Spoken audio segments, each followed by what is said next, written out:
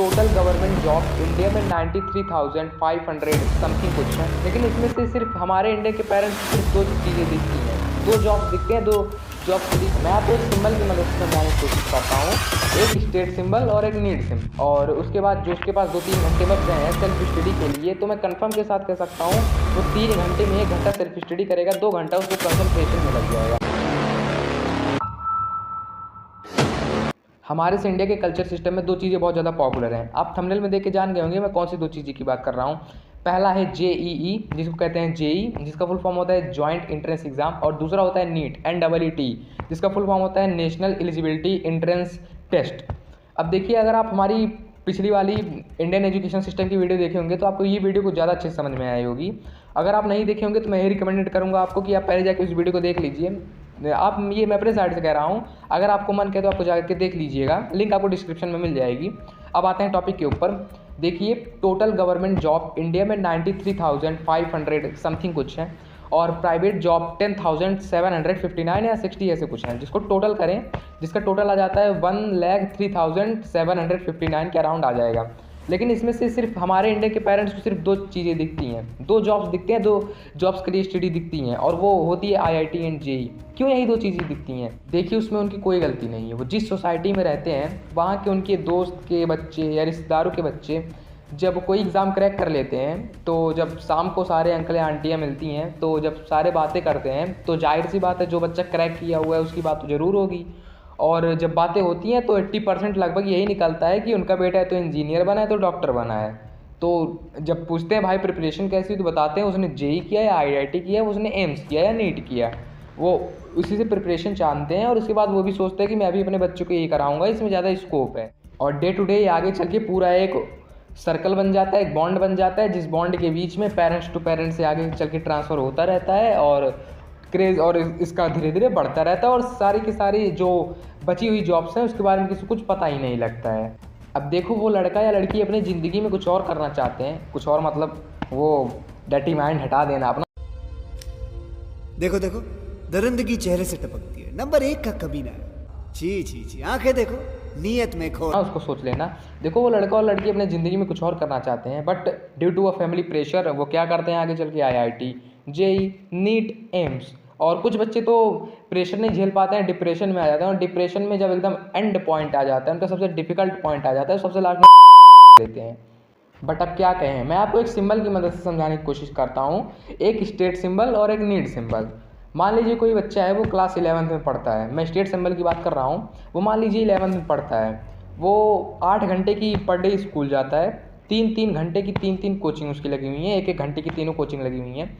अगर हम इसको टोटल जोड़ो तो 11-12 घंटे इसकी उसी में हो जा रहे हैं। अगर वो 1 घंटा खेल रहा है तो उसके 13 घंटे हो रहे हैं, बच रहे हैं उसके पास टोटल 11 घंटे अभी। अगर वो एक अच्छा बच्चा है, मतलब अच्छे बच्चे मतलब समझ रहे हो, डिप्रेशन में नहीं जाना चाहता है, तो वो कम से कम 8 या 9 घंटे की नींद लेगा। अगर मैं 8 घंटे की नींद निकालूँ, 8 घंटे की निकालूँ, तो उसके पास बच रहे हैं 3 घंटे।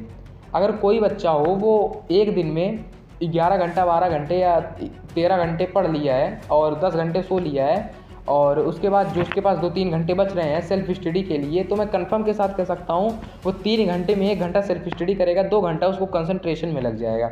वो 2 घंटा पढ़ नहीं पाएगा किसी भी कीमत पे, बट क्योंकि उसकी 3-3 कोचिंग्स लगी हुई हैं, वो कहाँ से कर पाएगा, सब मैनेज नहीं कर पाएगा। और मैं दूसरी साइड अगर नीड सिंबल की बात करूँ, उस बच्चे की नीड्स को देखी ही नहीं जा रही है। मान लीजिए 3 कोचिंग कर रहा है, 8 घंटे की स्कूल कर रहा है, उसको अगर मैं PCM या PCB में, चलिए मैं PCM का एग्जांपल ले लेता हूँ, अगर वो फिजिक्स, केमिस्ट्री, मैथ में, वो मैथ में वीक है, तो आप उसकी मैथ की सिर्फ कोचिंग करवाइए। अगर वो कह रहा है मैं फिजिक्स केमिस्ट्री को स्कूल वाले सर से या मोबाइल से मैं मैनेज कर लूँगा, तो वो अगर मैनेज कर ले रहा है तो आपको कोचिंग कराने की क्या ज़रूरत है। उसको मैथ की कोचिंग चाहिए तो आप मैथ की कोचिंग उसे कराइए ना। उसके 2 घंटे तो बच रहे हैं, वो 2 घंटे में एक्स्ट्रा एक्टिविटी या सेल्फ स्टडी पे ज़्यादा फोकस कर लेगा अपने। ये कोचिंग्स को अगर हटा दे, तब आप कोचिंग पे कोचिंग करा के उस पर प्रेशर क्यों डाल रहे हैं। आज के समय में आप एक बच्चे की 2-2, 3-3 कोचिंग करके आप दिखाना चाहते हो कि हाँ मेरा बेटा या मेरी बेटी 2-2, 3-3 कोचिंग करते हैं।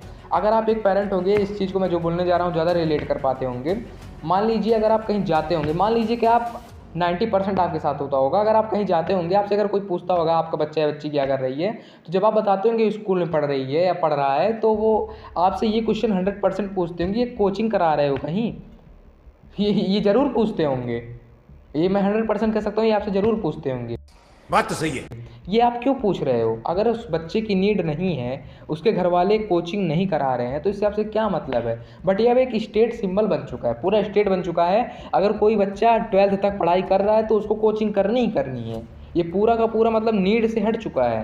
उसके नीड को बच्चे को कोई नहीं देख रहा है। और इसमें भी आके जब पेरेंट्स ये सुनता है तो वो भी सोचता है कि मेरा भी थोड़ा नाम होगा, 1000-1500 जाएगा, कोई दिक्कत नहीं है महीने के लिए, मैं भी चलता हूँ कोचिंग करा देता हूँ। तो वो भी कोचिंग करा देता है, जिससे आगे चल के बच्चे के ऊपर और प्रेशर आ जाता है। आगे चल के आप समझ सकते हो, मैं एक बार बोल दिया हूँ क्या कर लेता है, डिप्रेशन में चला जाता है। और एट द एंड मैं बोला ही था। तो मैं यही कहूँगा, आप इस मॉडर्न दुनिया में बच्चे के नीड को देखिए, स्टेट को नहीं। स्टेट से कुछ नहीं होने वाला है।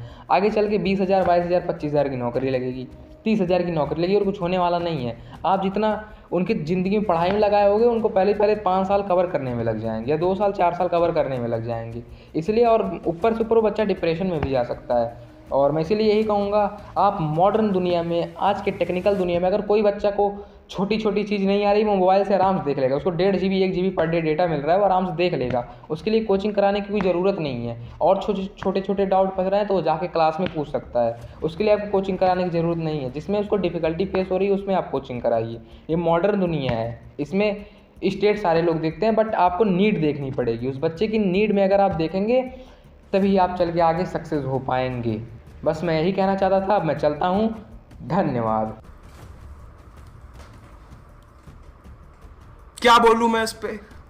क्या बोलूं क्या अब मैं इस पे? मैं कुछ बोल ही नहीं सकता।